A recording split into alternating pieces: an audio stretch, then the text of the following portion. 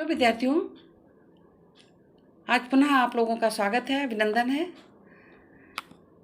जब हम आपके साथ बैठते हैं आपके सामने पढ़ाने के लिए वीडियो द्वारा, तो हमें प्रसन्नता होती है। तो आज हम आपके लिए क्या लाए हैं? छायावादी कवियों पर आधारित कविताओं पर आधारित वस्तुनिष्ठ प्रश्न। जो छायावादी कवि हैं उनकी कविताएं आपने पढ़ी और उनकी व्याख्याएं भी हमने पढ़ाई थी आपको समय समय पर। उन्हीं पर आधारित आज हम वस्तुनिष्ठ प्रश्न पढ़ेंगे, जो तो बहुत ही महत्वपूर्ण हैं हमारे लिए।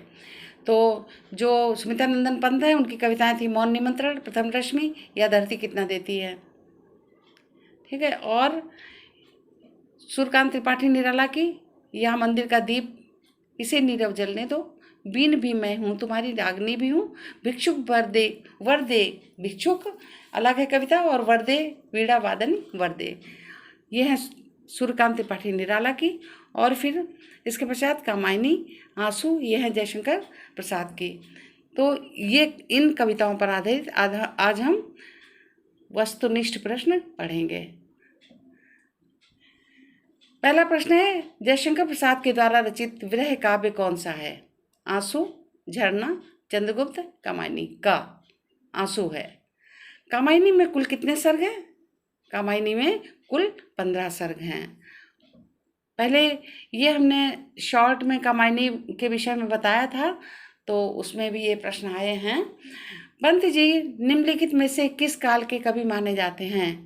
भारतीय युगीन, प्रयोगवादी, छायावादी युग के या प्रयोगवादी युगीन? पंत जी, सुमिता नंदन पंत जो हैं छायावादी युग के कहे जाते हैं। पंत जी की छायावादी रचना कौन सी है? छायावादी रचना इनकी पल्लव है। महादेवी जी का जन्म कब हुआ था? 1907 में हुआ था इनका जन्म, ईस्वी में 1907 ईस्वी, 1910 ईस्वी, 1915 ईस्वी। तो 1907 में महादेवी वर्मा जी का जन्म हुआ था। महादेवी जी को आलोचकों ने क्या उपाधि दी?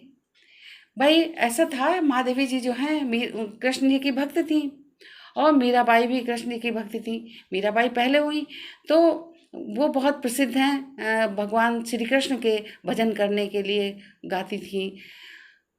महादेवी जी बाद में आई। ये भी मीरा जो उसी विरह के गीत अपने ईश्वर के लिए गाए हैं उन्होंने, तो इसलिए इनको मीराबाई कहा गया।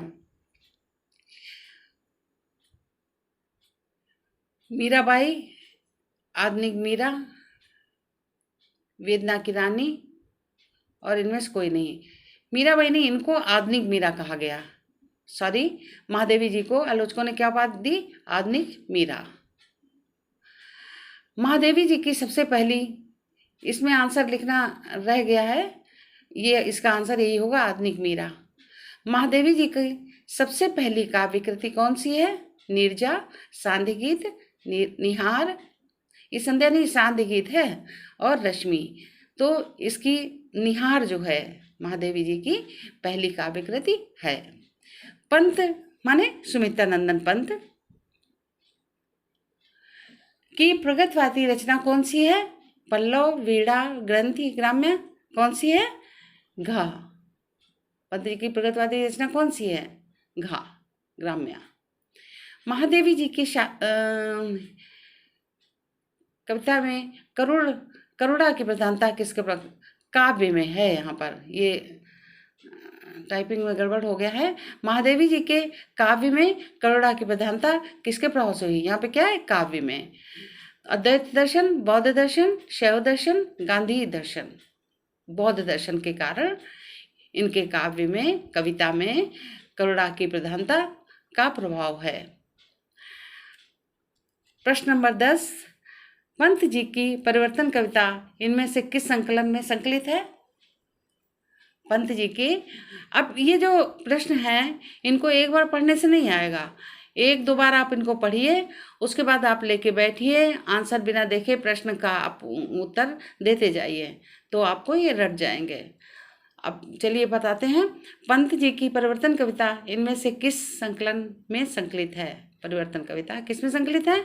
पल्लव में है। ये पंत जी की परिवर्तन कविता किस में संकलित है?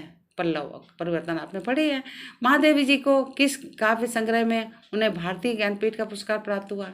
महादेवी जी को किस काव्य संग्रह पर उन्हें भारतीय ज्ञानपीठ पुरस्कार प्राप्त हुआ? ये है यामा। यामा पे महादेवी वर्मा को भारतीय ज्ञानपीठ पुरस्कार प्राप्त हुआ था। 12 देखिए, निम्न में से सुमित्रानंदन पंत जी किसको कहा गया? इनका पूरा नाम क्या है? सुमित्रानंदन पंत। किस पत्रिका के संपादन से जुड़े थे? माधुरी, हंस, रूपाभ या चांद? रूपाभ से जुड़े हुए थे ये। निराला का जन्म कब हुआ? अब निराला का पूरा नाम क्या है? सूर्यकांत त्रिपाठी निराला। क्या नाम है? सूर्यकांत त्रिपाठी निराला। तो इनका जन्म कब हुआ?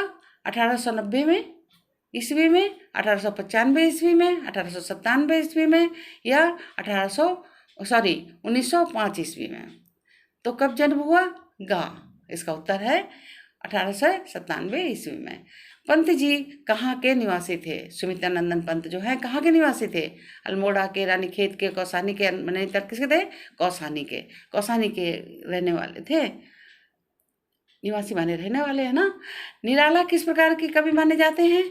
छायावादी एवं प्रगतवादी, प्रयोगवादी या प्रगतवादी? निराला जो है छायावादी कवि माने जाते हैं। कुकुरमुत्ता निराला के किस वर्ग में आने वाली कविता है? छायावादी, प्रगतवादी, प्रयोगवादी या नई कविता? ये खा, ये बा गलत है, यहाँ पे खा होना चाहिए था, प्रगतवादी है।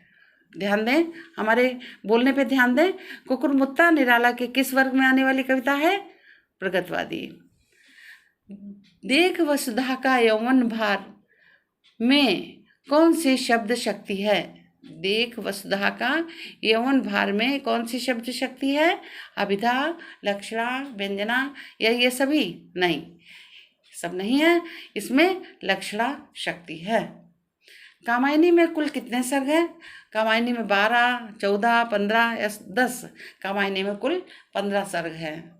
ये रिपीट हो गया, ऊपर भी कहीं था, हमें ऐसा लग रहा है। और निम्नलिखित में से कौन सी कृति निराला जी की? तो निराला जी कहाँ रहते थे? इलाहाबाद में। 27 क्वेश्चन। कामायनी दोष रहित दूषण सहित नामक पुस्तक किस लेखक की है? ध्यान दीजिए, कामायनी एक है जयशंकर प्रसाद की, लेकिन कामायनी दोष रहित दूषण सहित नामक पुस्तक किस लेखक की है? ये है रामधारी सिंह दिनकर की। बहुत इंपॉर्टेंट क्वेश्चन है, कम दिखाई देता है। आगे देखिए, कामायनी के रचनाकाल निम्नलिखित में से क्या है? कामायनी का रचनाकाल क्या है? ये है 1935 ईस्वी में लिखी गई। कब रचना की थी जयशंकर प्रसाद ने? 1935 में। देख वसुधा का यौवन भार में कौन सा शब्द शक्ति है? ये ऊपर रिपीट हो गया, ऊपर हमने प्रश्न ये लिखा हुआ था। देख वसुधा का यौवन भार में कौन सी शब्द शक्ति है? अभिधा। कोई बात नहीं, रिपीट होने से आपको और अच्छा ही है, लेकिन ये धोखे से ही रिपीट हो गया है। देख वसुधा का यौवन भार में कौन सी शब्द शक्ति है? अभिधा शक्ति है। अभिधा नहीं, इसमें लक्षणा शक्ति है। Sorry, very sorry. देख वसुधा का यौवन भार में कौन सी शब्द शक्ति है? लक्षणा शक्ति है। फिर आया पंत जी के परिवर्तन कविता निम्नलिखित में से किस संकलन में संकलित है? पंत जी की परिवर्तन कविता निम्नलिखित में से किस संकलन में संकलित है? ये संकलन है उनके सुमित्रानंदन पंत के। तो परिवर्तन कविता किसमें है? पल्लव में है। तो विद्यार्थियों, ये आपके प्रश्न थे कुछ थोड़े से। आगे वीडियो में हम फिर मिलते हैं। चलिए, धन्यवाद।